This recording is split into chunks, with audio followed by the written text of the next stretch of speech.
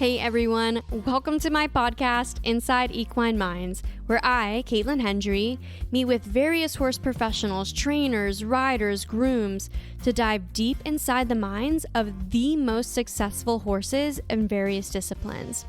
I'll take you behind the scenes from the horse's perspective to learn about how these horses are trained and managed in a way that strengthens their mental game and has fueled their massive success. This podcast is brought to you by EQPI, or Equine Performance Identities, a personality profiling tool for horses that guides people to becoming the partner their horse actually needs. We all want our horses to be a happy and willing partner and to enjoy spending time with us. An EQPI profile gives you the information about your horse's individual needs and motivations so you can adapt the way that you're working with them to ensure just that. And should we decide that we're just not the best person for our horse or circumstances lead us to having to sell or lease, EQPI is a great tool for sharing what your horse's temperament is to ensure they do get a good match with their next person. Or maybe you love your horse so much that you want more of them and you decide that you want to breed. An EQPI profile provides invaluable information about temperament, so you can really make sure you're looking at the full picture when you're choosing the best stallion or mare for your horse. On today's episode of Inside Equine Minds, we will be talking about On Point, also known as Porter, who is a 2014 Oldenburg gelding. He is also the 2024 USEF National Grand Champion Horse of the Year in the 3-6 Amateur Owner Hunters. He has since been sold, but at the time, he was ridden and owned by Alisa Berry and trained by her husband and my guest today, Jason Berry of Jason Berry Stables. Let's do our quick recap of Porter's EQPI profile, and then we will talk to Jason. In order to get Porter's EQPI profile, Jason went online and took the EQPI survey, which is available on the website, which is www.equineperformanceidentities.com. It's a really quick, about 10-minute survey. You can do it on your phone or your computer, but Jason took it, and using his inputs from the survey, I'm able to analyze and create the EQPI profile for Porter.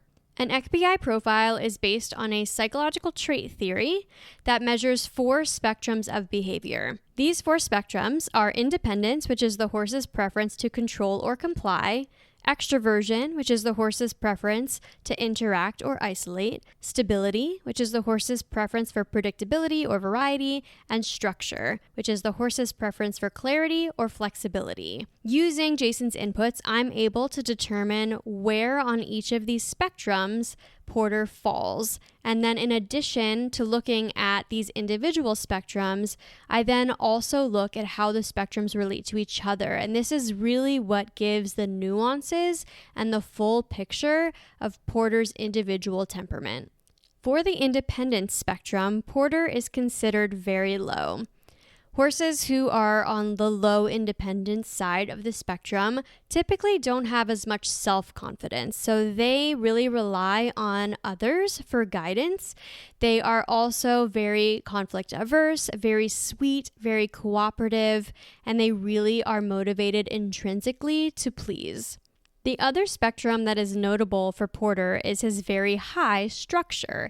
And high structure horses, like many of the other horses on this podcast, really like to know the right answer. They like clarity. They like for things to be black and white. They want to make sure that they are doing things right. This can sometimes lead to them being a little bit spookier, especially because Porter's structure is higher than his independent spectrum. So this relationship makes a horse even more risk averse. And so they are going to want to do everything they can to mitigate risk. We need to really break things down in bite-sized pieces for them. We need to provide a lot of reassurance and time for them to adapt to changes. I skipped over the extroversion and the stability spectrums on Porter's profile because they are both situational. So the way that we understand how situational spectrums show up is by really looking at the relationship between that spectrum and the other spectrum. So let's dive into the other relationships in Porter's profile. Although Porter's extroversion is situational, it is higher than his low independence. And when we see this relationship, horses are much more other-oriented. So even if he's not in your face extroverted, he's still going to care about the relationship. He's still going to want to please and make you happy and be liked. Porter's extroversion is lower than his structure spectrum. And so when we see this relationship, because trust is very important for high structure horses, when the structure's higher than the extroversion, it can take a little bit longer for them to build trust in their social interactions, so people, horses, etc. Moving on to Porter's situational stability, his stability is higher than his low independence, and this means that he will be more reactive or responsive instead of more proactive in his thinking. So he will likely prefer to wait to be told what to do versus trying to anticipate and make his own decisions. And then his situational stability is lower than his very high structure. So when we see that, these horses tend to be more rule oriented. And so they likely prefer to be in a more consistent program because they want to know what's expected of them, and they may build up energy or get anxious if that routine is not consistent or if the rules change on them. And the strongest relationship for Porter is that low independence and the very high structure, which we already talked about as far as being really risk averse. If you want to see Porter's ECBI profile in more detail, it is available on the Inside Equine Minds Patreon account, as well as any of the other featured horses on this podcast. And if you want to get an ECBI profile for your own horse, you can do so on our website, which is www.equineperformanceidentities.com.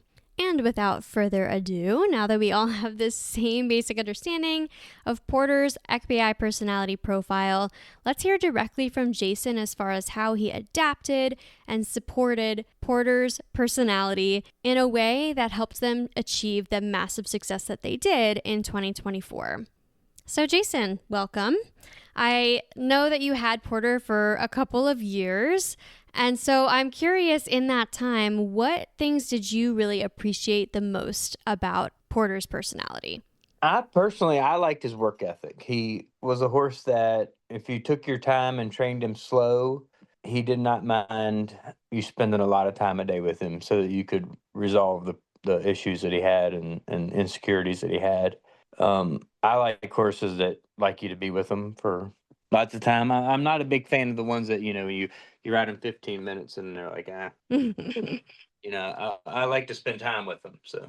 Right. And with you mentioned the insecurities, what sort of things were you trying to help him address? He was just cautious. So he was a horse that, if you had time at a horse show, whether it's just trail riding him around or hand walking him around, he wanted to be out. He wanted to be doing things. He wanted to experience as many things as he could experience. And then he was brave and ready to go do anything you wanted him to do. Yeah, that makes a lot of sense for a horse who's high structure like he is, because they get confidence from depth of expertise and they don't like risk. So when you're teaching them something new, you have to really break it down into very sort of fail-proof steps. And then if they're in a new environment, that's not familiar with them, they need some time to kind of scope it out and see what's what. And it sounds like that is maybe the case for Porter as well. Mm-hmm. Yeah, definitely. He definitely liked to see all the sights, and he could go into a ring he'd never been in and be comfortable, but not if he stood in the stall all day.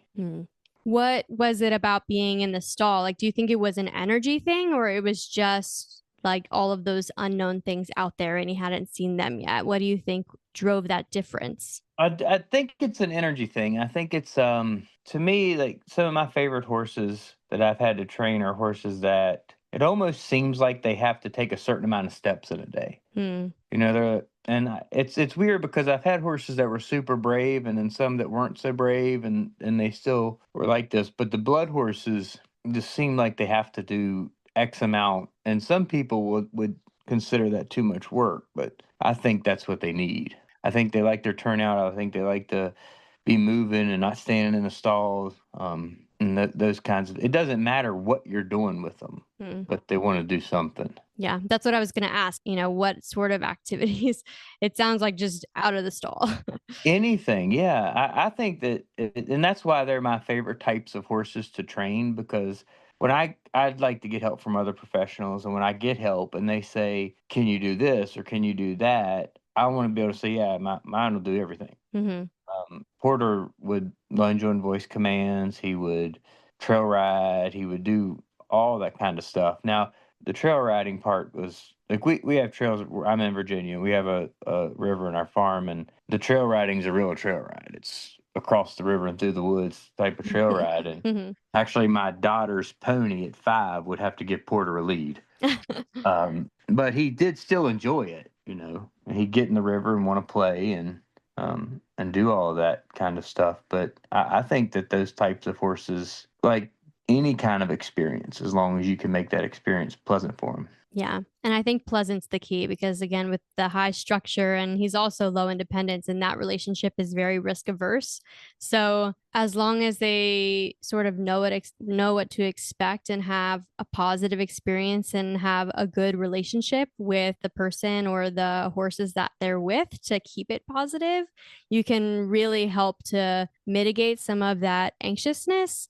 And vice versa, if you take it too fast or you give them too big of a bite to chew, they remember that because of that risk aversion and wanting things to be kind of clear and black and white. How did you feel like that showed up for Porter? Yeah, I definitely think that's the way it is with Porter. And I would say that when you're thinking about whether you can take this big of a step with him, or as long as he knows you and you've never lied and it's always been okay and you've only built his trust, he was ready to go. And so I think that the best way to accomplish that is by doing everything. Not, certainly you're not going to push them, but can you lunge them? Can you trail ride them? Will they go through the river? Will they, whatever. If there's something that your horse won't let you do, you fix that and you do it in the right way, and that builds trust. And when you say fix that and do it in the right way, is there an example that comes to mind? I think that it's basically just knowing the line of where you can cross and where you can't. We're going to touch on this a little bit later because I have listened to your podcast about the nature versus nurture thing. Mm-hmm. But, to me, I always tell people, the rider knows exactly how much they could push it at this point before it blows up. And if they weren't on, you could say, how far would you be able to ride your horse towards this scary thing before it stopped? And they could draw a line in the sand, and they'll do it anyway. So what would be the reverse? Making sure you read the horse and saying, hey, wait, if you're not comfortable there, it's all right. Take your time.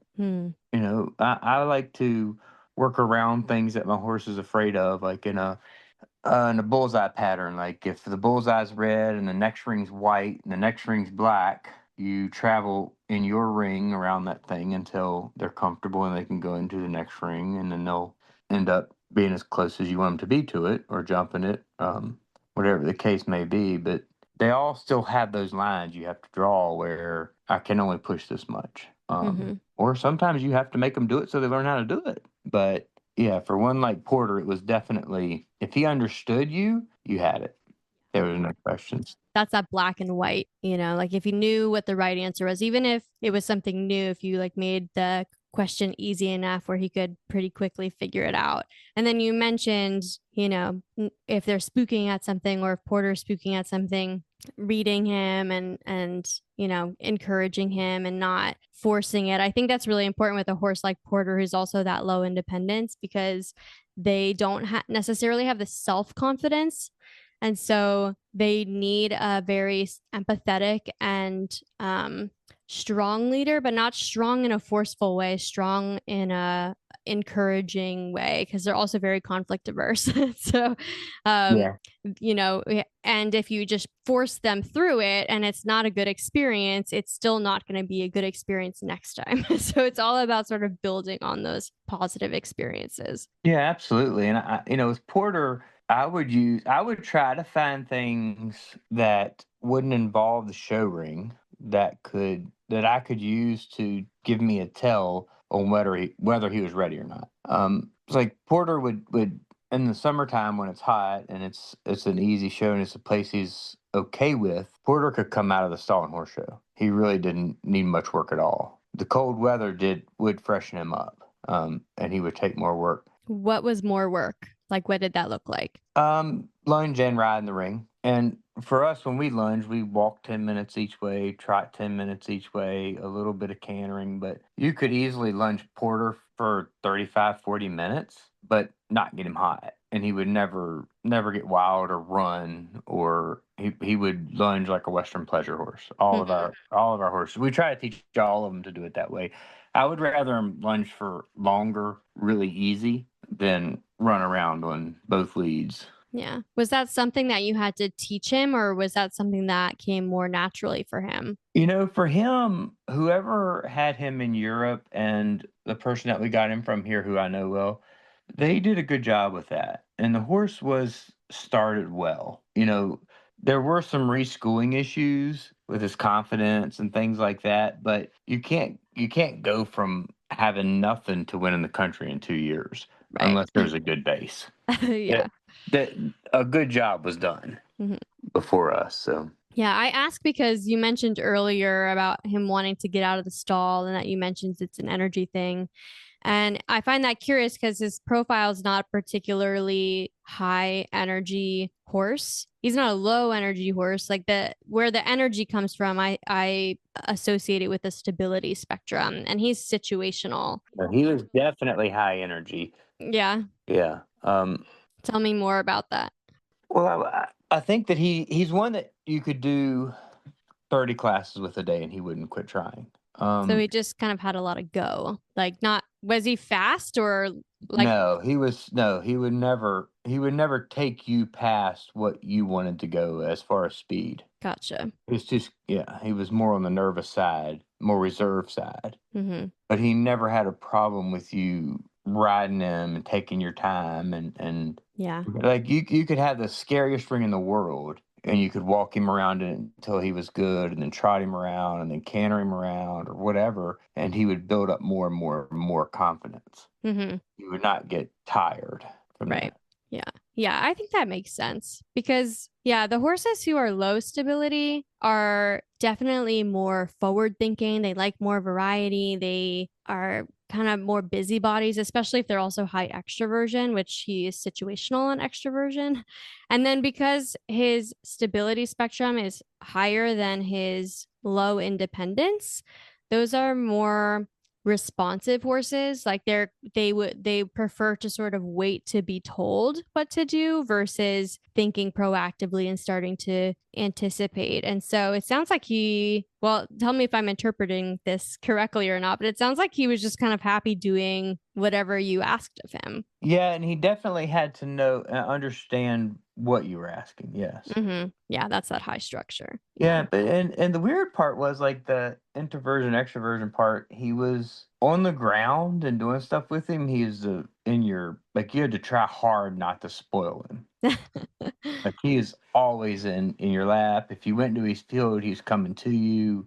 Um, In a sort of in your face way, or more of a sweet, like, oh, hey, you're my friend way? yeah, definitely in your friend way. Like yeah, Yeah. he would never, even on his wildest day, if you took him to the field, he would never step on you or bump you in a way that was Pushy. yeah, something like that. No, he would never Mhm. do that. But he did want you there. Yeah. Yeah. That's that relationship. Even though he's situational extroversion with the low independence and it's lower than the situational extroversion, that's where that sort of sweet, but still other oriented and also low independence horses are much more, well, when we use this trait theory with people, we say that the low independence people are more collaborative. They're more sort of team oriented. I'm not sure exactly if that translates one-to-one with horses, but that is where like the wanting to please and very sweet and cooperative nature comes in with the low independence, and especially because it's lower than the extroversion, even though it's extroversion situational. Now, let me ask this: is he like that with everybody, or just people that he knows? I think it was definitely with people he knows, Mm-hmm. but also with, and I find this with a lot of the horses that I like, kids. If young kids come up to him or something like that, he would really be in their pockets. I'm not sure that the vets or the farrier or something like that, a new vet or farrier might make him a little nervous. Mm-hmm. But I think he had a pretty good read on people, Hmm. on what their mentality was and what their. I think if definitely an abrasive, rough type person came up, he would definitely be backed off. He's like, nope, not you. Yeah, Yes. you're not my buddy. Yeah. But 2 seconds later, if a kid came by, he would check them out and see what they had in their pockets. That's cute. For example, we had, a couple of the guys that work for us. One of them is super quiet and calm, and he was the only person that I ever saw Porter like nudge and push around. But he would never do anything, Hmm. and then some of the other guys that worked for us that were a little bit louder and a little bit more high strung or whatever, they would have trouble catching him in the field. Where my 8-year-old daughter would go out and get him, and it wouldn't be a problem. But Yeah. I think some of that's that low independence with the conflict aversion. Even though they're very willing and they want to please, I think they rely on other people for guidance, right? So if that other person is coming on really intense, they're like, whoa, whoa, like, not you. I don't want you guiding me. yeah, absolutely. I don't think it takes them very long to figure that out, like seconds. Yeah. And Porter knew who you were. Yeah. Yeah. Sure. All right. So we talked about what you appreciate the most. We didn't really talk about what aspect you sort of found the most challenging, although we talked a bit about his maybe nervousness. Is there anything else that is coming to mind related to that question? No, honestly, I mean, he was a cautious horse, and that Mm-hmm. was, but like I said, I kind of prefer that over something that drags me around. Yeah. Um, we bought Porter. I thought he was a really nice horse. I thought it would take me at least another year to make him. I was actually super surprised at the time frame and what we accomplished in the time we had. And of course, that goes back to the people that had him before us. But so no, the negative parts, it's a bit hard to pick on them. Yeah. Well, I hate to say negative because I don't really feel like there's a good or bad. Well, it is. But there's strengths and challenges, right? And we can Well, either yeah, there's strengths and there's challenges, and then we're going to talk about that too when we get to the other question of the nature versus nurture. Okay. Can't wait for this nature versus nurture I'm question. waiting on that one. I'm like, dang, I wish I didn't wait until the end for that one. All right. So you mentioned that you thought it would take longer to sort of get him where he was, despite him having a really great start and being a really nice horse. So what sort of tips did you figure out worked so well for him to sort of get him to this point faster? I mean, he's super successful. For Porter, it was making sure that whatever you were going to do for the day, that you could tell him he was good. Like if you thought you were going to come out and school a course, but he was fresh that day, so it wasn't a good day to school the course, you do whatever you could do to pat him on the neck and say, "You're great." Mm-hmm. And that was pretty much the training philosophy with him from the beginning, because you could tell that he was on the insecure side and needed the confidence, and he appreciated all that. If he came out and he was spooking at something and you said, "Hey, good job. I'm glad you noticed that I didn't." He'd relax and walk by it. But he needed to know you were there with him. Yeah, supporting him. Yeah. Whatever he thought was an issue, you're okay with the fact that he thought that was an issue, because that's his version of survival. So you couldn't hold that against him. Yeah. But then it would become a non-issue. Immediately. Like flipping a switch. But if you would have said, "Don't be afraid of that," it would have been a whole different ballgame, I think. Yeah, then he'd probably be nervous because he made you upset, and then it would just snowball probably. Yeah, but it takes a stupid horse to not be afraid of those things. Right? Yeah. I don't want to ride that one. Yeah, those maybe low structure, high stability, like super Yeah. just like go with the flow. Yeah. Which can be pleasant, and they certainly have their places in like lesson programs and that sort of thing. But yeah. Yeah, so for him, it was all about, you could never pass up the opportunity to say good job. Once you said good job to him a few times, even on the wildest day or the windiest, coldest day where everything's scary, he was ready to go. Yeah, and those days for him were only cold weather days, couple of days off, not being ridden. Like they weren't, when he's in a program, they didn't exist. Yeah. I don't think we've mentioned the high structure to his situational stability relationship yet, but when the structure is higher than the stability spectrum, those horses tend to like a more consistent routine. They're very sort of rule oriented. And so if they have had a few days off, they might be a little more like, well, this is different than the last few days. You know? Yeah. Yeah, I definitely think that he's better. Like when we would go to horse shows for longer periods of time, if we were on a circuit or something, and we would get him out, 2 or 3 times a day, even if it's on 9 show days. He likes that. He likes being messed with. He likes being worked. He likes being. You never walked in a stall and he pinned his ears. He came to you and was like, "Let's go do something." How about managing him around? We talked a little bit about at horse shows, like just kind of getting him out of the stall and that sort of thing. What about at home? Were there certain things that you did to manage him at home that factored in his personality? A lot of it's the same. The trail riding, the doing different things with him. He was not he was a horse that was not a big fan of turnout, which is odd for him, but he only liked to be turned out with a friend, but he would irritate him to the nth degree. Like you couldn't do it. What? Like either the friend would kill him or like he was just nonstop pestering whoever you gave him. I mean, we tried to give him old ponies, and we felt sorry for the pony. But then he's too good to put out with somebody that we thought might put him in his place, so to speak. That's so funny because of the low independence, I would think he's more conflict averse and then not want to, irritate someone. But Yeah, so that was kind of weird for him.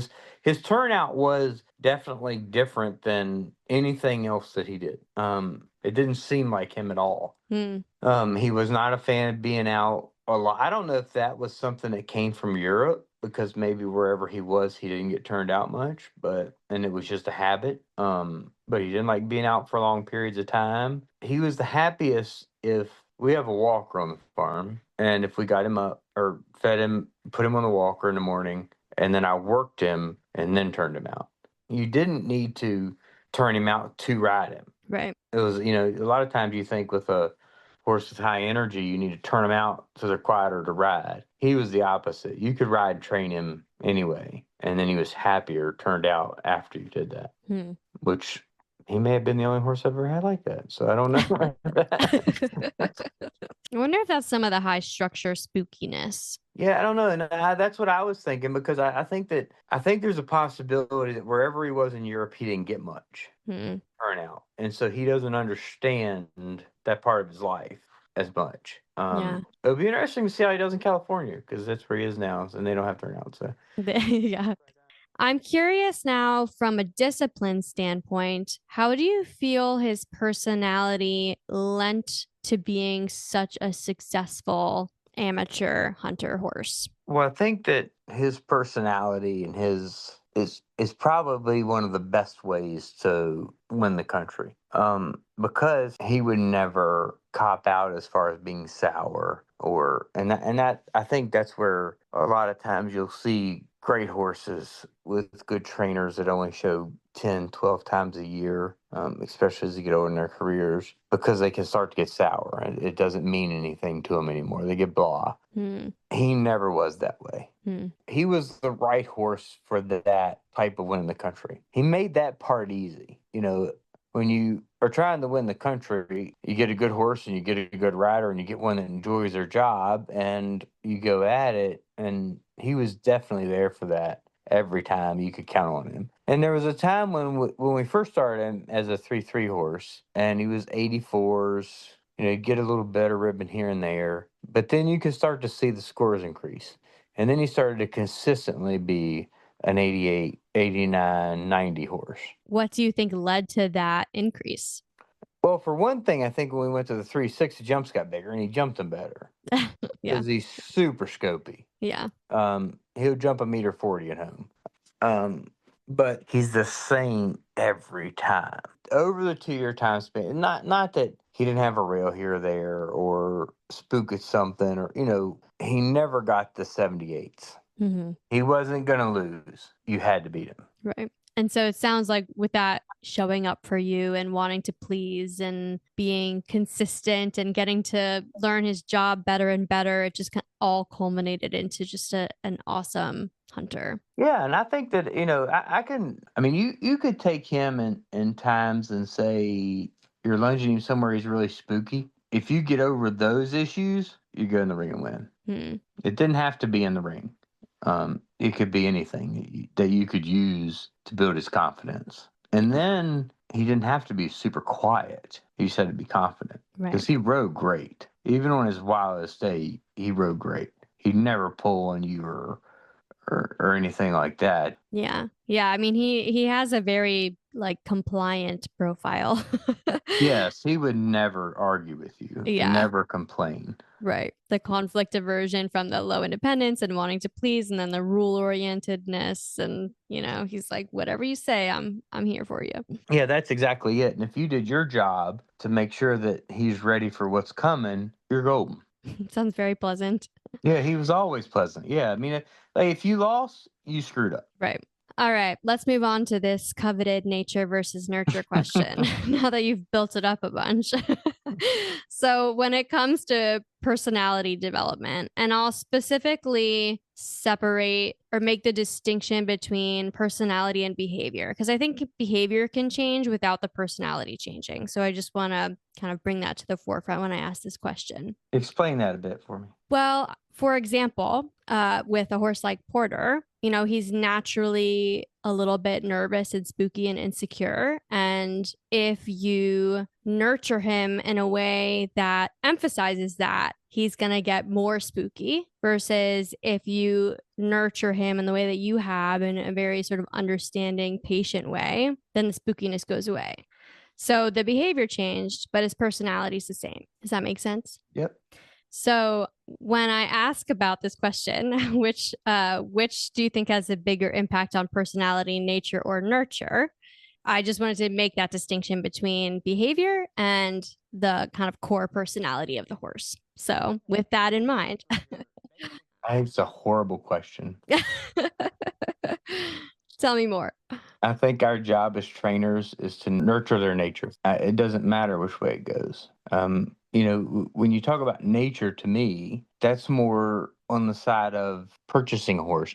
What do you pick out? What do you like? But once you have it, it's your job to nurture that nature and make it the best you can be, or it can be. It's not. I don't think the two things are. When you say nature versus nurture, you're making them confrontational, and I don't think that should be. Because you have to consider them both. You have to consider them both, and it's your job as a professional horse person to nurture the nature. You can quantify one as more important than the other. So, I listened to your podcast with our Olympic rider. Oh, Baloo, Laura Kraut. Yeah, I listened to your podcast on her, and I believe, if I remember correctly, she went right to nurture. But you would think in her situation, with her Barnes' ability to handle the nurture part, that nature would be more important. To me, I need nature. I need the ungodly athletic horse so that I can compete with her. Mm-hmm. So maybe I don't understand the concept quite as much as I should, but... Well, let me reframe the question. Do you feel like horses are born with the personality that they have? Or do you think the personality is shaped through the experiences of their lifetime? Understanding that there's an element of both, probably. Yeah, I definitely think they're born with certain mentalities. But I do still believe that, when they first started doing sapphire clones, that was the conversation, right? So Hmm. Sapphire became Sapphire because of the steps she took through her life. Right. And you can't repeat those with the clone. Right. And I think that's where I was getting a little bit to the distinction of behavior versus personality. Maybe not, I shouldn't say versus, because obviously behavior is an element of personality. But if they're literally from a genetic standpoint the same horse, and none of them sort of achieved the same success, is that because they were fundamentally a different horse, or they were just not put in the situation that nurtured the nature, as you put it, in the way to reach that success? Yeah, I think that's it. I think it's in how would you describe nurture? I would describe nurture as the experiences that the horse has.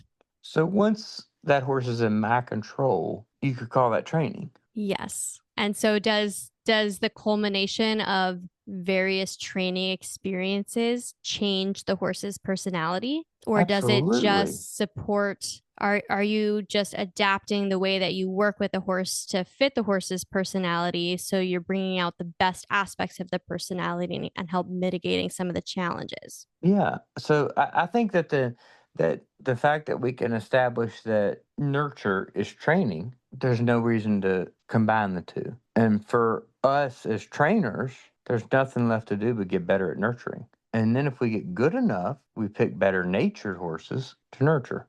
They got deep quick, didn't it? Yeah, I mean, I love talking about it though. I'm glad you're challenging this, because it is such an interesting conversation. So, have you done any breeding? I have one fooling around now. He's not quite a year old yet, but So, when you were trying to figure out a mare or stallion, I don't know which one you have. I assume the mare, I've got a probably. mare, and I picked out the closest stallion that looked like a good one. I'm probably like the normal American that bred a horse that probably is not going to be very good. Did you factor in temperament and personality when you chose the stallion and the mare and I kind of made did the do match? that. I did do that. I have a Casal mare who they said was cold blooded, and so I did kind of try to warm the blood up because I don't like cold. Um, And by cold, you just mean like kind of slower, duller, maybe. yeah, I don't like to kick. I like to say, "Hey, take your time." Yeah.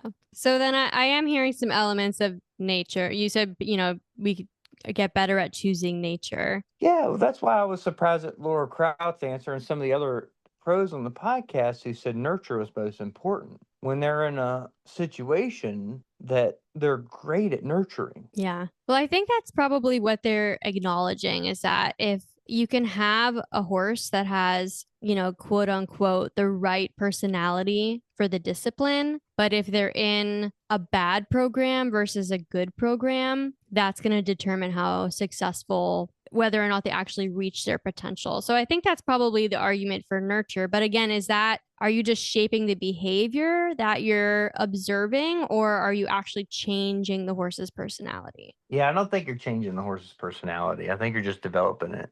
Um, if you could take Laura Kraut or McLean Ward or Ken Farrington or any of the greatest show jumpers, and I could find them a horse that they could not jump a meter 40 on. And the nature is extremely important. Yeah. Yeah. Well, that speaks to the athletic Extremely. ability. And the middle. I mean, the show jumper's got to walk into those little rings and fly around massive courses immediately. Yeah. And be good with So, it. yes, they got to be okay with it. Yeah. There was the argument on Facebook not too long ago between McLean Ward and Carl Cook. yeah, there you go. About a program versus talent. Well, who cares? Just be talented and then learn the best program you can have. Hmm. If you're not talented, you better have a good program. Yeah. I mean, it's not that's common sense. But that's the same with nature versus nurture to me. Our job as trainers is to have a great program inside and out, management, care, turnout, whatever it is, and then find the best animal you can to put in that program. But I don't think they're separate things, Hmm. nature versus nurture. Yeah. And how much does that program then adapt to the horse? Well, you can't make chicken salad out of chicken shit. Okay.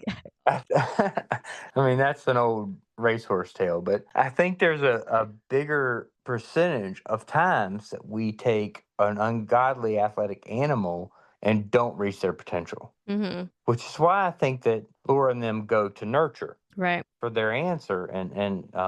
Yeah, she even said something similar. I remember her saying, like, there's probably all these horses out there that could be so good, but they're Yeah, just not in the right situation. yeah, and I agree with her 110%. And hell, they might be in my barn, and I'm not good enough to bring them to the potential she can. I know I'm not, but to her, nature should be the most important thing, I would think. Because she does have the skills and the environment to. And the grooms and the Mhm. turnout and the manager and all the things it takes to bring the most potential animal to its best possible self. Yeah, it's an interesting conversation. That's why I always ask, because it's, there's a lot of different perspectives. Well, I definitely think that some horses are losers and some horses are winners. But I think in the right situation, though, like if they're a loser, your words, Yeah. then they're not in the right situation. Like maybe they need to be a trail horse, or maybe they need to, I don't know. Like they're probably really good at something, and we just haven't found the right situation in which they can be the winner. Yeah, I would agree with you. I do think that there's a higher majority of horses ruined because of our incompetence. And that's where I think our lack of nurture kicks in. And I think that we've lost our way as far as the basics. That's the nurture part of it that we should be taking down from hundreds of years ago. That's getting skipped. That's where we're making our mistake. And then, if you want to say whether nature or nurture is more important than that aspect, absolutely nature is, because we need their nature to compensate for our idiocies. And I mean, we have amateur horses that could jump 1.60 meters. But I do think that we're losing our way that way. It's what else is nurture? It's training. Yeah. It's horse management. It's what we do every day when we walk in the barn. Right. I don't know. Maybe I'm wrong. Maybe I'm looking at it differently. I just can't. I don't like the question. The two shouldn't be put against each other. We should always nurture the nature.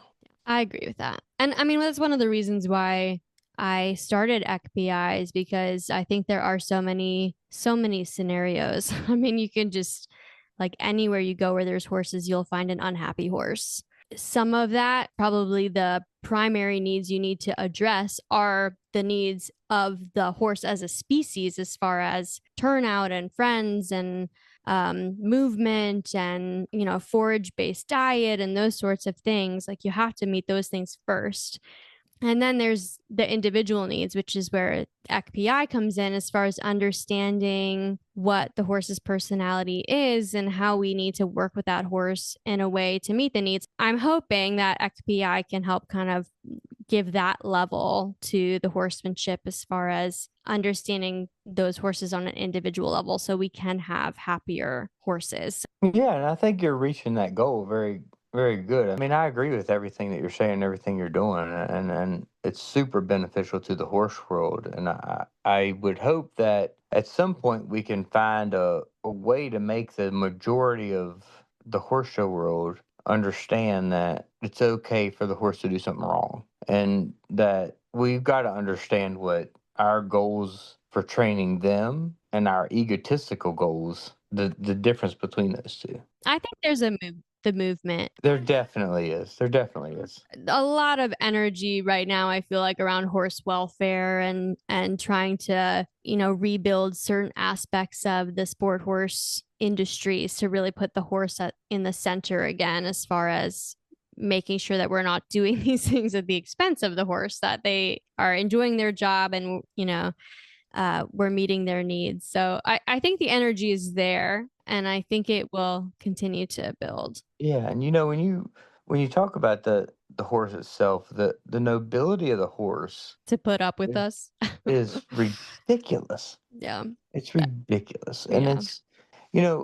I think that one of the biggest things is, and I think your podcast might start pushing on this issue, is amateurs and juniors and those types of people that are actually paying the bill need to know what's going on and where it's going on and how it's happening, because that changes the money flow, and that ultimately changes how the horses are taken care of. Right. The amount of professionals out there that are making a living now that shouldn't be is crazy. That 15 years ago, they wouldn't be professionals.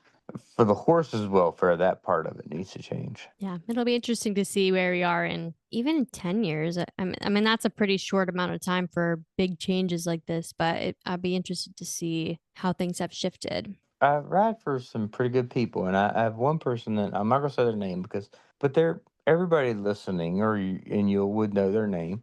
They said the horse show world will be over in 10 years, and if I told you it was, you'd be surprised Got me curious now. because they make a lot of money. They're good. They're good. Yeah, I mean, things definitely have to shift. It'll be interesting to see if in 10 years, if it is shut down or not. It won't be. They're exaggerating. The love of the horse will go forever. Yeah, but I think it will look different. I hope. I hope for the horses it looks different. Yeah. Yeah. If this conversation has inspired you to learn more about your own horse's individual needs and motivations, you can get an EQBI profile at our website, which is www.equineperformanceidentities.com. If you enjoyed listening to this podcast and thought the content was interesting, I would love if you could share it with anyone else who you think would feel the same. I'd also really appreciate if you could take a quick minute to give this podcast a rating on whatever podcast platform you're listening on. And if you want to make sure that you don't miss any future episodes about the top horses in hunters, jumpers, equitation, dressage, eventing, reining, cutting, there's probably more that I'm forgetting, but make sure you click that follow button too. Well, thanks for listening to me, Caitlin Hendry, and I hope you tune in to the next episode of Inside Equine Minds.